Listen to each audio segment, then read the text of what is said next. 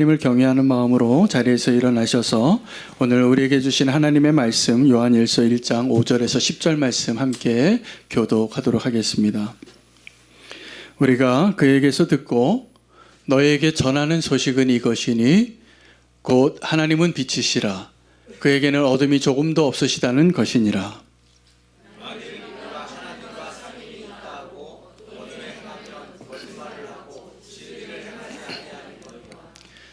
그가 빛 가운데 계신 것 같이 우리도 빛 가운데 행하면 우리가 서로 사귐이 있고 그 아들 예수의 피가 우리를 모든 죄에서 깨끗하게 하실 것이요.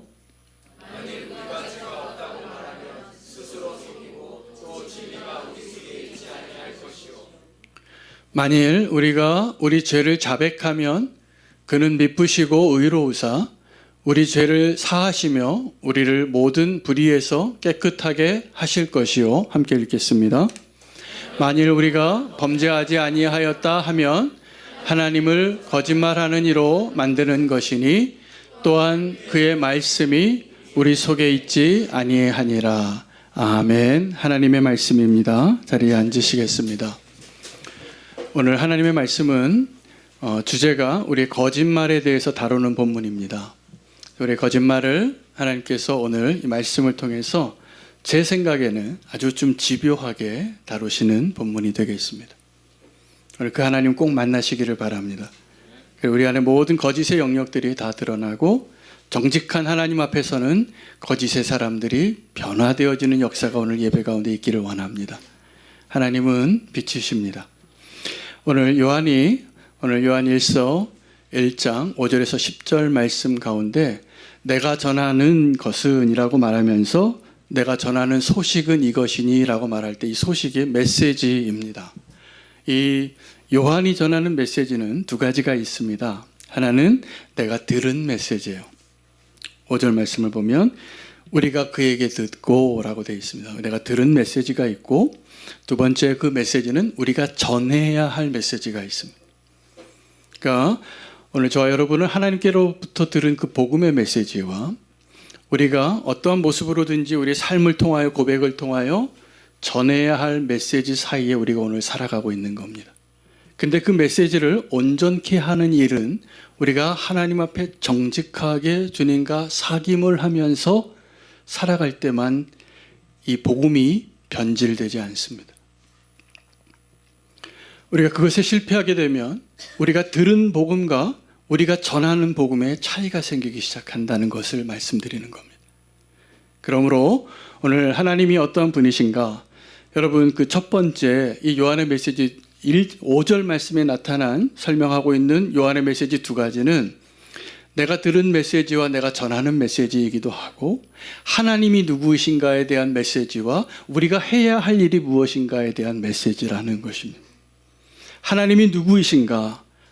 아주 너무나 명확하게 이야기합니다. 하나님은 빛이시라. 그런데 우리가 전해야 할 메시지는 우리의 사명은 무엇인가 하면 그 하나님이 빛이신 그 하나님을 전하는 일 가운데 실패하지 말자는 거예요. 근데 우리가 하나님은 빛이신데 하나님과 우리가 함께 사귐을 갖고 그 빛 가운데 거하기 위하여 무엇을 해야 하는가를 분명히 말해주고 있는 겁니다. 이 복음이 변질되어지는 이유는 우리가 들은 복음에 문제가 있지 않습니다. 아주 여러 다양한 방법으로 우리가 다 복음을 듣잖아요. 여러분 어떻게 예수 그리스도를 믿게 됐습니까? 저 같은 경우에는 내가 예수님 믿고 회심한 경우가 참 재미있습니다. 저는 모태신앙으로 평생 교회를 떠나본 적이 없었는데 대학교 들어가서 주님을 떠났어요. 방황하고 있는데 별로 친하지도 않은 친구가 저에게 전도지를 하나 주는 거예요. 사탕 하나 붙여가지고. 그리고 거기에 요한복음 3장 16절 이렇게 딱 써있고 내가 다 아는 얘기를 건네주는 건데 제가 처음에 받고 기분이 나빴어요. 도대체 너 나를 뭐로 생각하고 이걸 주는 거야. 내가 3대째 기독교인이야 이렇게 말하면서 주님을 떠나 그렇게 죄 가운데 살면서도 제가 그렇게 말했어요. 근데요 그 복음이 저를 바꿨습니다. 그 복음을 듣고 제가 주님을 인격적으로 만났어요. 23살 때 일입니다. 여러분도 아마 다양하게 어떠한 방법으로든지 그 복음을 들으셨을 거예요. 그리고 그 복음이 우리 안에 들어오기 시작하면 우리의 삶은 변화되어지고 바뀌게 되어 있습니다. 여기에는 아주 다양한 방식으로 하나님이 일하시는데, 문제는 우리가 그 들은 복음을 어떻게 전하는 사역을, 사명을 감당하느냐에 달려 있어요. 오늘 그 얘기하는 겁니다. 우리가 그 일 가운데 실패하면 우리는 주를 위해서 열심히 사역을 한다고 하면서도 주님의 일꾼이 아니라 주님의 일감이 될 겁니다. 온전한 진짜 복음을 우리가 받은 자로서 그 복음을 온전히 전하려면 우리가 그 복음을 살아내고 나의 삶 가운데 나를 통과한 그 복음이 누군가에게 분명히 보여지고 있는데, 가짜로는 이 일이 일어나지 않습니다.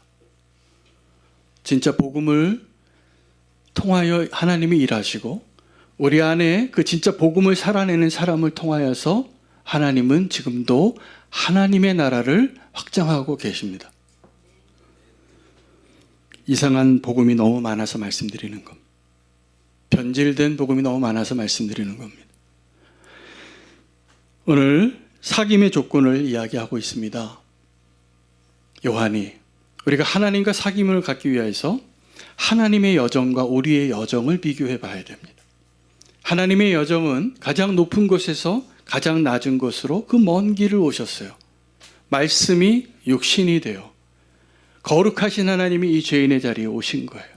근데 우리의 여정은 무엇이냐 하면 땅끝까지 가는 그 여정이 아니라 실제는 본질적으로는 어둠에서 빛으로 나오는 여정입니다. 오늘 그것을 요구하고 계십니다, 하나님. 오늘 주님께서 저와 여러분에게 요구하는 그 여정에 주님과 함께 가시는 믿음의 동반자 되시기를 축복합니다. 주님은 가장 높은 곳에서 가장 낮은 곳으로, 이 거리로 따진다면 비교할 수 없는 가장 먼 거리의 여정을 하셨다고 저는 믿습니다. 우리의 여정은 거리의 문제가 아니에요. 본질적인 문제. 내가 지금 빛의 자녀인가 어둠의 자녀인가. 여러분, 다윗을 아실 겁니다. 저는 다윗을 너무나 사랑합니다.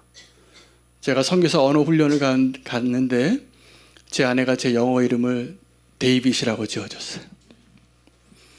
제 이름이 또 하나 있는데 제가 다윗입니다.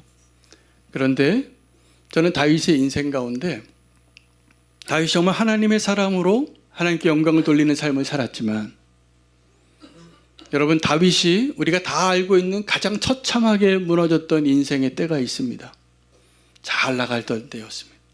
왕이 전쟁터에 나가지 않아도 승리하고 명성이 떨쳐나갈 때, 그때가 위험한 때예요. 잘 풀릴 때. 우리가 다 아는 것처럼 우리아의 아내 밧세바와 간음합니다. 완전히 무너진 거죠.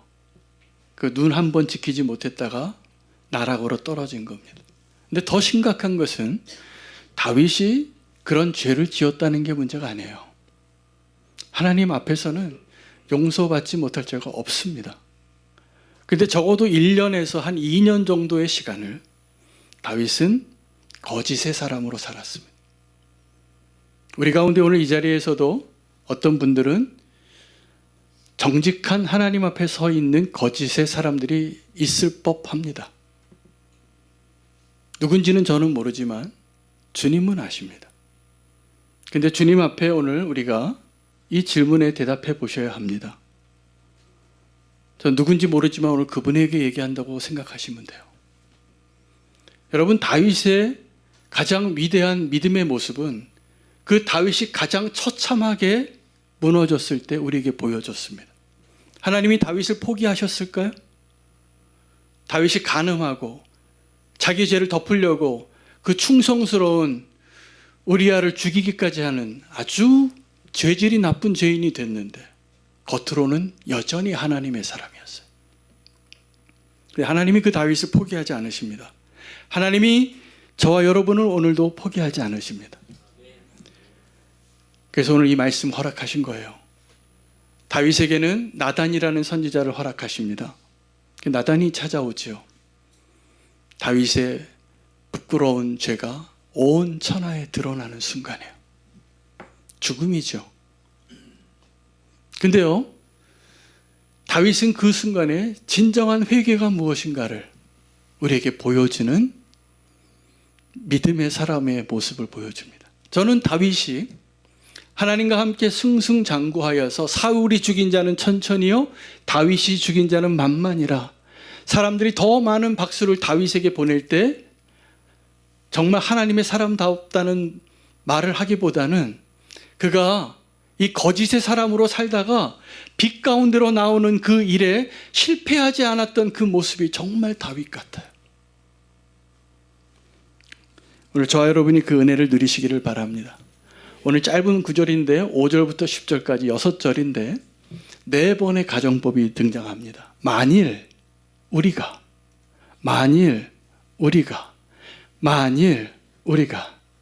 4번 나와요. 근데 이것이 뭘 의미하냐면, 야, 하나님이 정말 이 거짓말에 대해서 상당히 집요하시다. 이건 뭘 의미하냐 하면 우리가 거짓말에 대해서 상당히 지독하다 입니다.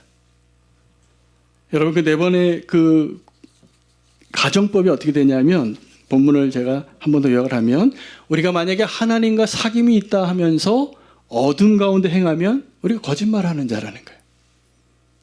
이런 사람 많습니다. 여러분, 우리가 하나님과 사귐이 있다라고 말하면서 사실은 빛 가운데 거하지 않고 어둠 가운데 거하는 일이 있으면 안 되는데 그런 일이 많이 있어요. 그 지금 드러내시고 싶으신 겁니다, 하나님.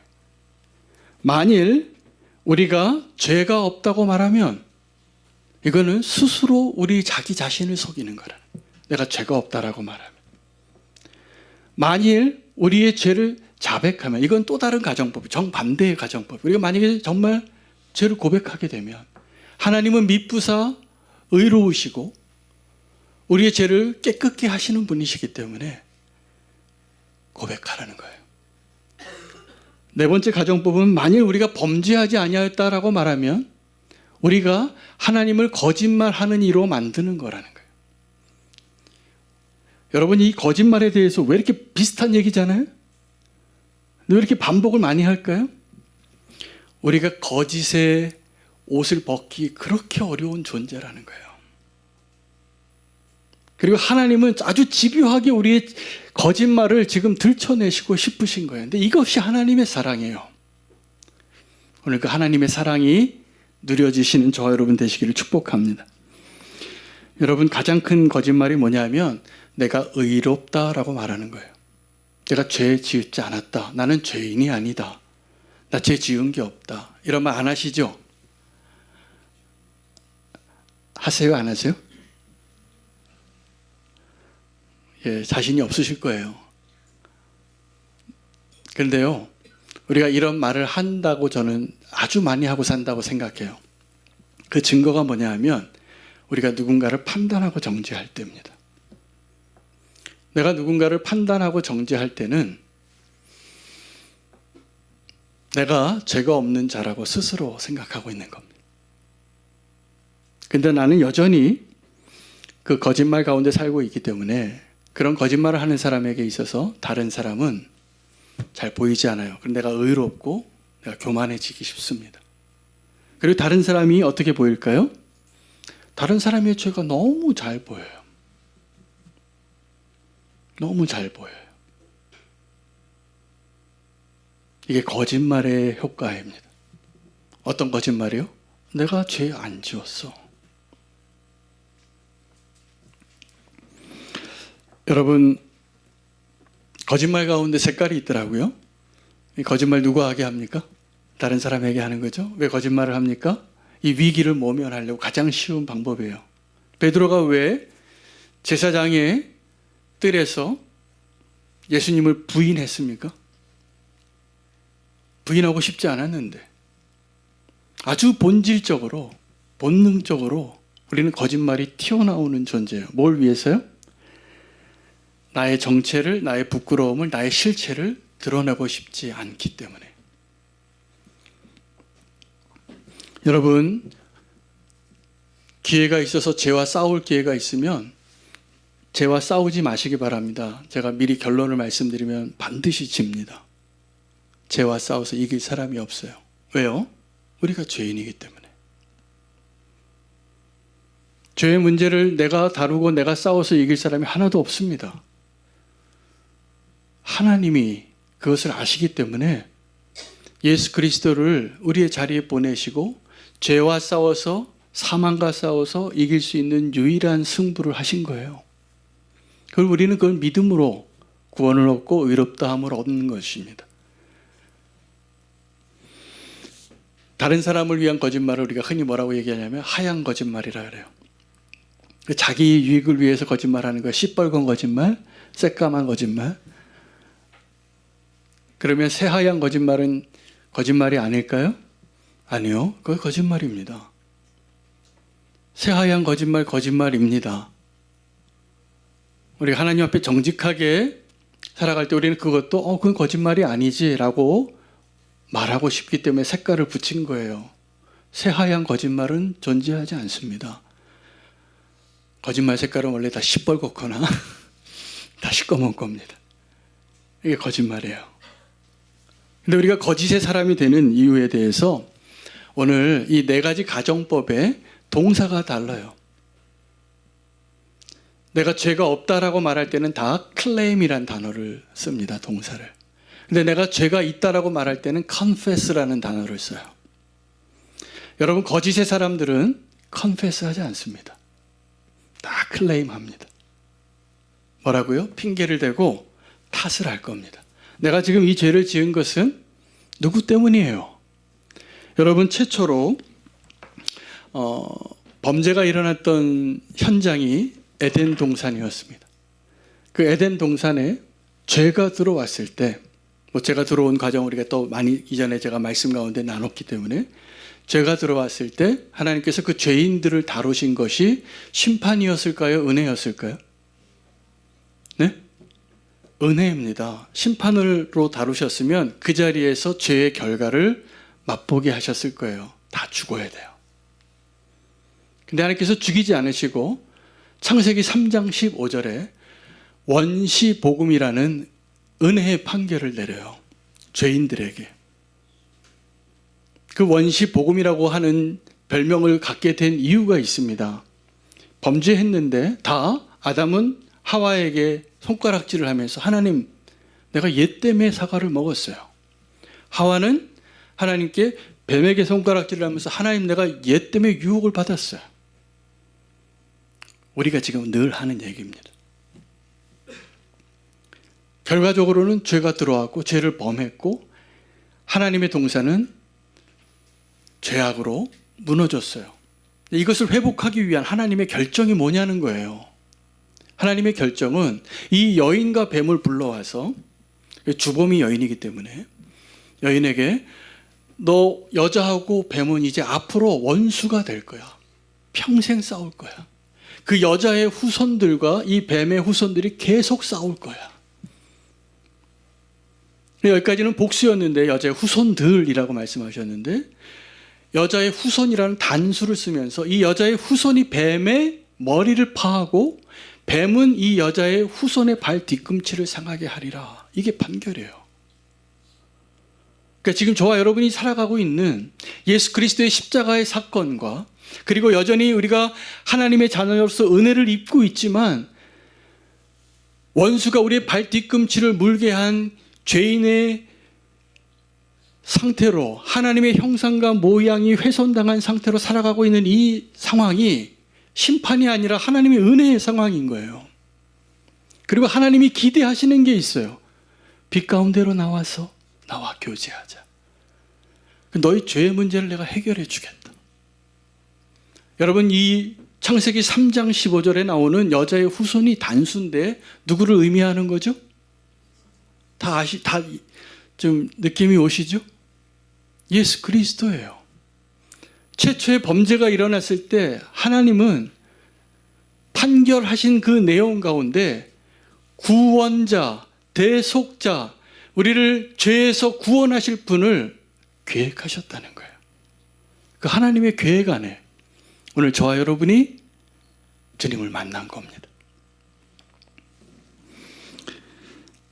죄는 아담과 하와가 지었는데 아담은 꽤 오래 삽니다. 하나님 은혜죠. 그렇죠?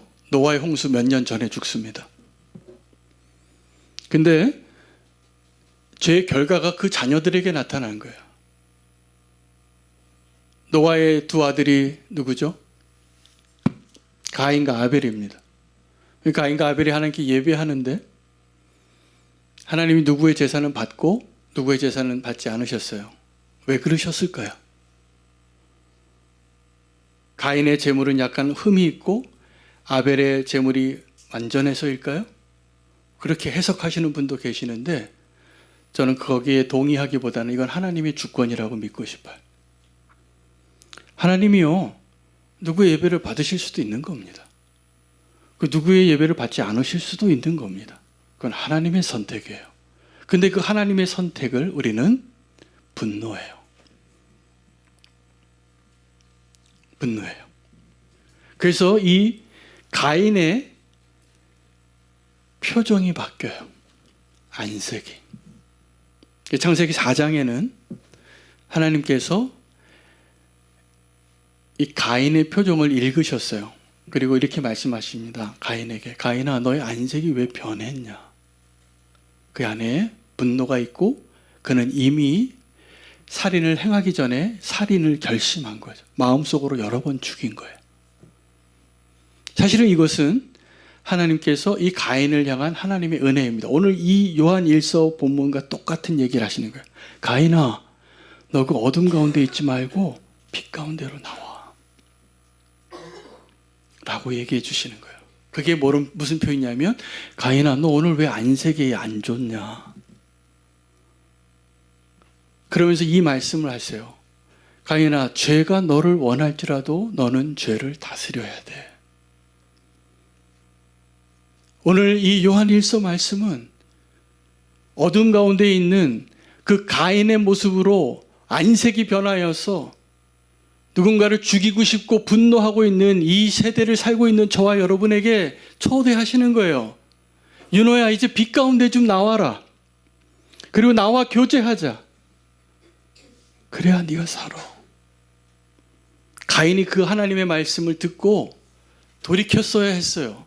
여러분, 지금도 하나님이 저와 여러분을 예배하는 저와 여러분의 안색을 보시면 딱 알아요. 지금 내 마음에 뭐가 있는지. 제가 설교자로 강단에만 있어도 다 보여요. 여러분의 표정이요. 정확한지 모르겠지만 다 보이는 게 있어요. 느껴지는 게. 하나님 앞에서 우리의 표정을, 안색을 숨길 수가 없다는 얘기예요.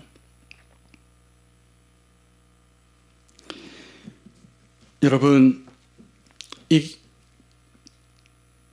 거짓의 사람은요, 하나님 앞에 나의 실체를 컨페스하는 게 참 어렵습니다. 그 용기가 없거든요. 그래서 어둠으로 들어가요. 그러면서 계속 하는 얘기가 뭐냐면 클레임하는 거예요. 주장하는 거예요. 그래서 네 가지 가정법 가운데 너희가 이렇게 주장하면, 네가 죄가 없다고 말하면, 네가 스스로 의롭다고 말하면, 네가 범죄하지 않았다고 말하면 이게 다 거짓말이야 라고 증명해 주시는 거예요. 근데 너희가 컨페스하면, 내가 죄인이라고, 내가 죄를 범했다고 고백하면 하나님은 미쁘시고 의로우사 너희 죄를 깨끗게 해주시겠다. 여러분, 그러므로 우리가 반드시 오늘 이 말씀을 통해서 깨닫게 되는 게 있는데요, 우리가 회개하기 때문에 구원을 얻는 게 아니에요. 하나님이 우리에게 믿음을 주시기 때문에 회개할 수 있는 거예요. 이게 이 가정법이 우리에게 말해주는 결론이에요. 너희가 너희 죄를 자백하면 주는 미쁘시고 의로우사 너희의 죄를 깨끗게 하시는 자가 되시는 거다. 여러분, 우리가 첫 번째 가정을 한번 예를 들면, 내가 회개하면 구원받아야지. 바로 이런 사람들이 누구냐 하면 종교적인 열심을 내는 사람이에요. 이단들이 이거 가르칩니다. 믿음에 대해서 완전히 잘못된 거예요. 근데 진짜 믿음은 뭐냐면 하나님이 나를 사랑하시는 걸 믿어야지 돼요. 하나님이 미쁘신 분이라는 것이 믿어져야 돼요. 그때 우리가 회개가 가능한 거예요. 안 그렇다면 우리의 회개도 나의 의로움이 될 겁니다. 나의 공의가 될 거예요. 거꾸로 하셔야 돼요. 기억하시기 바라요. 믿으면 고백이 되는 거예요. 여러분, 주님이 가르쳐 주신 주기도문이 그 마태복음의 문맥상 주기도문을 우리에게 가르쳐 주신 예수님의 목적이 뭐냐면 너희를 용서하는 하나님을 믿으라예요. 주기도문 가지고 제가 한 달 설교할 수도 있지만 오늘 이 주기도문을 이 용서라는 관점으로 설명을 드리겠어요. 주기도문은 하나님의 나라를 구하는 파트와 우리의 삶을 구하는 파트가 있는데 우리의 삶 가운데 우리가 하나님이 원하시는 용서의 삶을 살아내라고 기도하라는 거예요. 어떻게죠? 일용할 양식을 주시옵고 그 다음에 뭐로 뛰어넘어가냐 하면 아버지께서 나를 용서하신 것 같이 너희도 너에게 잘못한 자들을 용서하며 살도록 기도하라는 거예요. 이게 기도의 제목이에요. 여러분 용서하실 수 있으세요? 언제 용서할 수 있냐면 내가 용서받은 자라는 사실을 깨닫게 될 때예요. 저는 오늘 이 주기도문을 나라를 위해서 기도할 때 다시 기도해요. 이 나라가 어떻게 하다가 분열돼서 서로 싸우는데 다 확신범들이더라고요. 근데 제가 하나 더 발견하는 것은 저는 정치적인 견해 때문에 교회가 분열되어지는 것을 위해서 기도해요. 그러지 않았으면 좋겠어요, 여러분. 그러지 말아야 됩니다. 그건 굉장히 잘못된 거예요. 하나님은 그걸 원하지 않으세요. 근데 왜 그렇게 자꾸 분열이 될까? 왜 용서하는 게 이렇게 어려울까? 다 거짓의 결과더라고요. 제가 보니까 사람들이 이렇게 확신하는 얘기들을 제가 이쪽 오른쪽 편 왼쪽 편 다 감안해서 이렇게 보니까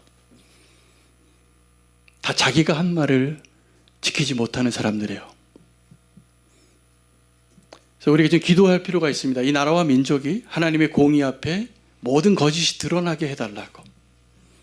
그 드러나게 해주시면 하나님의 은혜로 덮으셔야 돼요. 은혜로 덮어야 됩니다. 근데 우리는 은혜로 덮을 생각보다는 자꾸 서로를 비난하고 자기의 주장하는 바를 성취하기 위해서 지금도 너무나 위험한 시대를 지금 살고 있습니다. 거기에 우리의 마음을 내주지 않으시기를 축복합니다. 여러분, 거짓의 결과는 오늘 두 가지로 더 확장이 됩니다. 원래 거짓말은 남에게 하는 건데 우리가 거짓의 사람이 되면 첫 번째 어떤 증상이 나타나냐면 자기를 속이는 자가 됩니다. 그것이 두 번째 가정법이에요. 네가 죄가 없다고 하면 너는 스스로 속이는 자라. 또 하나는 네가 죄를 범하지 않았다라고 말하면 하나님을 거짓말하는 이로 만드는 거라. 그러니까 우리가 거짓의 사람이 되어지면 자기 스스로를 속이는 자가 됩니다. 이 자기 스스로를 속이는 자가 어떤 사람입니까? 종교적인 사람들이고 위선자들이에요. 남의 티끌이 보여요. 내 들보는 보이지 않고. 내가 종교 생활을 아주 잘하는 것 같아요. 근데 하나님 보시기에는 아주 심각한 문제가 있는 거예요. 여러분, 우리의 거짓말은 죄에 관한 문제이지만 하나님의 거짓말, 두 번째 결론으로 나아가는 하나님을 거짓말 하시는 이로 만드는 게 우리의 거짓이에요. 근데 하나님의 거짓말은 죄와 진실의 문제가 아니라 하나님의 능력의 문제예요. 하나님은 죄가 없으신 분이에요. 죄가 있을 수가 없어요. 어둠이 없으신 분이에요. 하나님은 빛이시기 때문에. 근데 우리가 그 하나님의 백성으로 빛 가운데 하나님과 사귐을 실패하고 우리가 전해야 할 메시지에 실패하게 되면 하나님이 거짓말하는 자가 되는 거예요. 안타깝게도 이것은 하나님의 능력의 문제가 됩니다. 하나님은 그 능력이 없으신 분이 아니시기 때문에 오늘 이 말씀 우리에게 다시 허락하시는데, 여러분 오늘 정직한 하나님 앞에 선 거짓의 사람들이었던 우리가 정직한 하나님 앞에 정직한 사람이 되기를 원하십니까? 빛 앞에, 빛이신 하나님 앞에 어둠에 살던 우리가 하나님께로 나와 하나님과 사귀기 위해서 우리는 어둠에서 그것이 가능하지 않기 때문에 빛 가운데로 나아가야 하는데, 그것을 가능하게 하는 일을 오늘 10절 말씀에 설명해 주고 있어요. 너희 안에, 너희 마음 안에 하나님의 말씀이 거할 장소가 있냐고. 예수님께서 이 땅에 오실 때 어떻게 오셨냐면 가장 높은 곳에서 가장 낮은 곳으로 오셨는데, 그 베들레헴에 방이 없었어요. 빈 방이. 그래서 마구간에 태어나신 거예요. 그래도 사람이신데, 사람으로 오신 하나님이신데, 그 하나님의 사람으로 하나님이 사람이 돼서 오시는데 하나님의 백성 가운데 빈 방이 없는 거예요. 근데 이것이 지금 거짓의 사람으로 살아가고 있는 우리의 모습의 형편과 아주 닮았습니다. 그래서 그렇게 얘기하는, 영어 성경에는 여기를 이 place라 그래요. There is no place to God이에요. 우리의 마음 안에 하나님의 장소가 없다라는 거예요. 다 어둠이니까. 여러분 오늘 이 자리에 빛 가운데로 나올 수 있는 진짜 믿음을 사용하시기를 축복합니다. 그 믿음은 하나님 미쁘시고 하나님은 의로우셔서 우리가 자백하면 괜찮아 윤호야 라고 말씀해 주실 분이라고 믿는 거예요. 근데 우리가 그걸 믿지 않으니까 계속 어둠으로 가는 거예요. 그걸 믿지 못하니까 우리는 계속 거짓말을 이어가는 거예요. 오늘 이 시간을 통해서 우리의 거짓말을 끌어버리고 빛 가운데 주님과 함께 사귐이 회복되어지는 그 놀라운 은혜의 자리에 여러분을 초대합니다. 할렐루야. 하나님이 참 집요하게, 우리가 거짓말에 아주 고수예요. 입만 열면 거짓말이에요. 동의하실지 모르겠지만 어떤 분이 그렇게 어떤 분을 평가하는 분이 있어요. 그 사람 입만 열면 거짓말이래요. 남 얘기하듯이. 근데 우리 얘기예요. 우리 입만 열면 거짓말이에요. 왜요? 우리 다 거짓의 사람들이니까. 근데 그 거짓의 사람들과 주님이 사귀자고 하시는 거예요. 빛 가운데로 나오시기 바랍니다. 그 빛 가운데로 나오는 것을 위해서 우리 안에 하나님의 말씀이 거할 빈 방이 필요해요. 오늘 주님이 이 예배의 자리를 통해서 그 은혜를 주시리라 믿습니다. 오늘 함께 찬양하고 결단하며 주님께 봉헌 드리도록 하겠습니다.